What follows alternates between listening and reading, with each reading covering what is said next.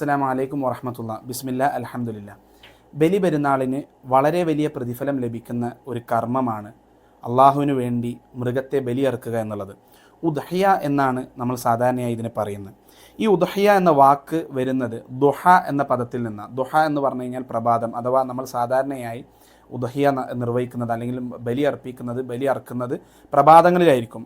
Even though അത് ഏത് സമയത്തും, ഈവൻ പാതിരാത്രി പോലും അറക്കുന്നത് അനുവദനീയമാണ് എന്ന് നമുക്ക് മനസ്സിലാക്കേണ്ടതുണ്ട്. പെരുന്നാളിൻ്റെ അന്ന്, വലിയ പെരുന്നാളിൻ്റെ അന്ന്, പെരുന്നാൾ നിസ്കാരത്തിന് ശേഷം ദുൽഹിജ്ജ 10 അന്ന് രാവിലെ മുതൽ ദുൽഹിജ്ജ 12 മഗ്രിബിന് മുൻപ് വരെയുള്ള സമയത്തിലാണ് ഇത് ചെയ്യൽ അനുവദനീയമായത്, അല്ലെങ്കിൽ നിർവഹിക്കാൻ അനുവദിക്കപ്പെട്ട സമയം. ഇനി ദുൽഹിജ്ജ 13 മഗ്രിബിന് മുമ്പ് എന്നും ഈ വിഷയത്തിൽ അഭിപ്രായമുണ്ട്. അപ്പോൾ ഇത് വളരെയധികം പ്രതിഫലം ലഭിക്കുന്ന ഒരു കർമ്മമാണ് എന്നുള്ളത് ഹദീസുകളിൽ നിന്ന് നമുക്ക് മനസ്സിലാക്കിയ ഒരു കാര്യമാണ്.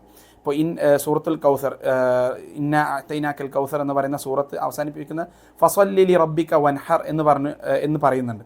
അപ്പോൾ ഫസ്വല്ലി ലി റബ്ബിക വൻഹർ, നിങ്ങൾ ബലിയർക്കുക എന്നുള്ളത് ഇബ്നു അബ്ബാസ് കൊടുത്ത തഫ്സീർ. ഇബ്നു അബ്ബാസ് റളിയല്ലാഹു അൻഹു പറയുന്നത് ഇത് ഹജ്ജിൻ്റെ ദുൽഹിജ്ജയുടെ ആദ്യത്തെ 10 ദിവസങ്ങൾ കഴിഞ്ഞ് ബലിയറക്കുന്നതിനോടാണ് അദ്ദേഹം ഈ തഫ്സീറിനെ ഉപമിച്ചിട്ടുള്ളത്. റസൂലുള്ളാഹി സ്വല്ലല്ലാഹു അലൈഹി വസല്ലമയോട് സഹാബത്ത് ചോദിക്കുന്നുണ്ട്, എന്താണ് ഈ ഉദ്ഹിയ, എന്താണ് ഈ ബലി അർപ്പിക്കുന്നതിൻ്റെ കൊണ്ട് ഇതിൻ്റെ ഒരു ചരിത്രം. അപ്പോൾ റസൂലുള്ളാഹി സ്വല്ലല്ലാഹു അലൈഹി വസല്ലമ പറയുന്നുണ്ട്, അത് സുന്നത്ത് അബീക്കും ഇബ്രാഹിം അലൈഹിസ്സലാം, നിങ്ങളുടെ പിതാവ് ഇബ്രാഹിം അലൈഹിസ്സലാമിൻ്റെ സുന്നത്താണ് ഇത് എന്നുള്ളത്. അപ്പോൾ അദ്ദേഹത്തോട് ചോദിക്കുന്നത്, എന്താണ് ഇതിന് ലഭിക്കാൻ പോകുന്ന പ്രതിഫലം. റസൂലുള്ളാഹി സ്വല്ലല്ലാഹു അലൈഹി വസല്ലം പറയുന്നുണ്ട്, നിങ്ങൾ ബലി അർപ്പിക്കാൻ പോകുന്ന മൃഗത്തിൻ്റെ ഉരുവിൻ്റെ ഓരോ രോമത്തിനും നിങ്ങൾ പ്രതിഫലത്തിന് അർഹരാണ് എന്നുള്ളത്.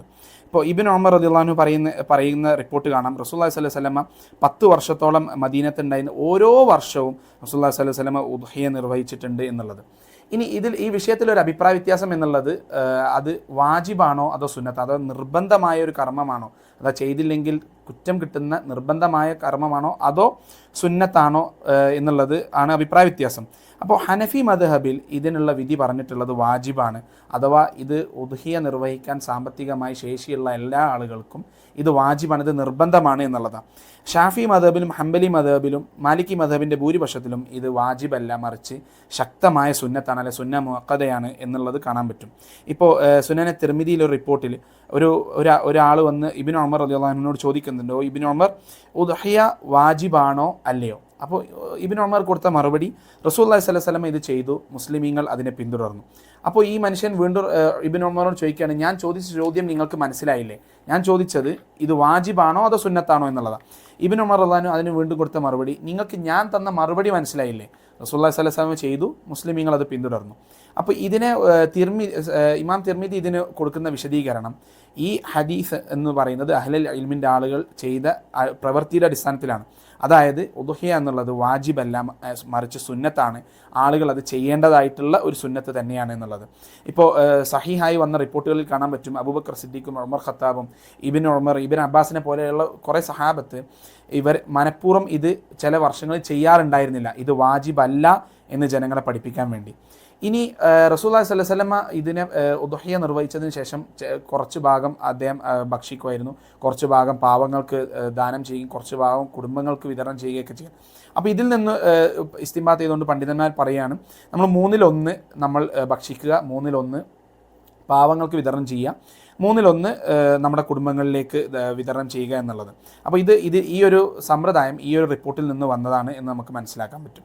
ജാബിർ റളിയല്ലാഹു അൻഹു റിപ്പോർട്ട് ചെയ്യുന്ന ഒരു ഹദീസിൽ കാണാം, നമ്മൾ ഹജ്ജ് ചെയ്തു, 7 പേര് ഒരു ഒട്ടകത്തെയോ അല്ലെങ്കിൽ ഒരു മാട് പോലത്തെ ഒരു മൃഗത്തെയാണ് അറക്കുന്നതെങ്കിൽ 7 പേർ ചേർന്ന് ഒരു മൃഗത്തെയാണ് അറുത്തിരുന്നത്, അഥവാ 7 പേർക്കും കൂടി ഒരു മൃഗത്തെ അറുത്താൽ അത് ഉദ്ഹിയ മതിയാവും എന്നുള്ളത്. അതുപോലെ തന്നെ ആയിഷ റളിയല്ലാഹു അൻഹ റിപ്പോർട്ട് ചെയ്യുന്ന ഹദീസിൽ കാണാം, റസൂലുള്ളാഹി സ്വല്ലല്ലാഹു അലൈഹി വസല്ലമ ഉദ്ഹിയ തനിക്കും തൻ്റെ കുടുംബത്തിനും വേണ്ടി ഒരു ഉദ്ഹിയ നിർവഹിച്ചിരുന്നു എന്നുള്ള റിപ്പോർട്ടിൽ കാണാൻ പറ്റും. ഇതിൽ നിന്ന് പണ്ഡിതന്മാർ പറയുന്നത്, ഒരു കുടുംബത്തിന് ഒരു ഉദ്ഹിയ മതിയാവും, അത് ഇനി ഒരു കുടുംബത്തിന് ഒരു ആട് അല്ലെങ്കിൽ ഒരു മാട്, ആ രീതിയിലുള്ള ഒരു മൃഗത്തെ അറുത്താൽ മതിയാവും ഒരു കുടുംബത്തിന് എന്നുള്ളത്. അതോടൊപ്പം തന്നെ ഇതുമായി ചേർത്ത ഒരു ഫിഖ്ഹി മസ്അലയാണ്, ഈ ഉദ്ഹിയ നിർവഹിക്കാൻ പോകുന്ന ആൾ, മൃഗത്തെ അറക്കാൻ പോകുന്ന ആൾ ദുൽഹിജ്ജ 1 മുതൽ തൻ്റെ നഖങ്ങളോ മുടിയോ രോമോ ഒന്നും തന്നെ നീക്കാൻ പാടുള്ളതല്ല എന്നുള്ളത്. അതേസമയം ഇത് മനസ്സിലാക്കേണ്ടത്, ഇത് തഹ്രീമില്ല, അഥവാ ഇത് ഹറാമല്ല, മറിച്ച് മക്രൂഹാണ്. ഇത് പരമാവധി ചെയ്യാൻ നമ്മൾ ശ്രമിക്കുക എന്നുള്ളതാണ്. ഇപ്പോൾ അഥവാ ഇനി നമ്മൾ ഒരാൾ ഉരുവിനെ അറക്കാൻ വേണ്ടി നിയത്ത് വെച്ച് അത് ചെയ്തു, അതിൻ്റെ ഇടയിൽ അദ്ദേഹം നഖം മുറിക്കുകയോ അല്ലെങ്കിൽ മുടി മുറിക്കുകയോ ഒക്കെ ചെയ്താൽ പോലും അദ്ദേഹത്തിന് കുറ്റമില്ല, കഫാറത്ത് കൊടുക്കേണ്ടതില്ല എന്നുള്ളത്. അതോടൊപ്പം തന്നെ മനസ്സിലാക്കേണ്ടത് ഇതൊരു കുടുംബത്തിന് ഒരു അറവാണ് എന്നുണ്ടെങ്കിൽ ആരാണോ ഈ ഉരുവിന് പണം നൽകി അത് ചെയ്യാൻ പോകുന്നത് അയാൾക്ക് മാത്രമേ ഇത് ബാധകമുള്ളൂ. കുടുംബത്തിലുള്ള എല്ലാവരും ചേർന്ന് നഖം മുറിക്കാതിരിക്കുകയോ അല്ലെങ്കിൽ മുടി നീക്കം ചെയ്യാതിരിക്കുകയോ ഒന്നും ചെയ്യേണ്ട ആവശ്യമില്ല.